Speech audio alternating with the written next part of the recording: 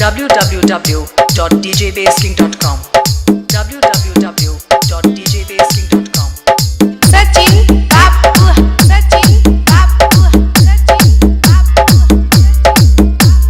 करी करी कसियावा करी रे बदरिया में न गजरा रे मारे हियरा में छुरिया। चाहे लड़े दिन रात तू हमसे, बाकी वो हमार खास रहे। अगर चाही तो हमसे हमार सब कुछ ले लिया भगवान, बस हमार करेजा हमरे पास रहे। करी करी कसियावा करी रे बदरिया में न गजरा रे मारे हियरा में छुरिया। रूपावा खिलल बा जइसे रूपावा खिलल बा जइसे फूल फूलवारी में आज चांद उतरल बाटे हो पियर साड़ी में। आज चाँद सामने वो हो पियर साड़ी में।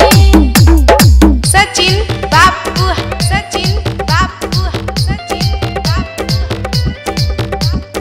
बरहात देवरिया बरहात देवरिया बरहात देवरिया। जियरा के घायल कइलो आँखिया के चोट से रस चुए लाले लाले होठ से रस चुए लाले लाले होठ से। चलेला हम जब लहराई के चुनरिया नच से लचक जाला पतरी कोमरिया। उड़ी उड़ी जाला मनवा उड़ी उड़ी जाला मनवा पानी बेकरारी में आज चांद उतरल बाटे हो पियर साड़ी पे। आज चांद उतरल बाटे हो पियर साड़ी पे। सचिन बापू सचिन बापू सचिन बापू बरहात देवरिया बरहात देवरिया बरहात देवरिया।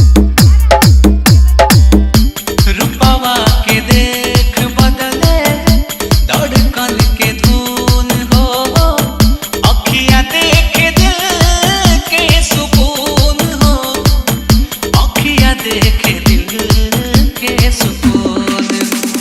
पुरवा प्यार बहे मन रुकी कैसे फहरे अचरवा लागे ऐसे। लहरे सौर सोइया जैसे लहरे सौर सोइया जैसे खेत के क्यारी में आज चांद उतरल बाटे हो पियर साड़ी में। सचिन बापू सचिन बापू पियर साड़ी में।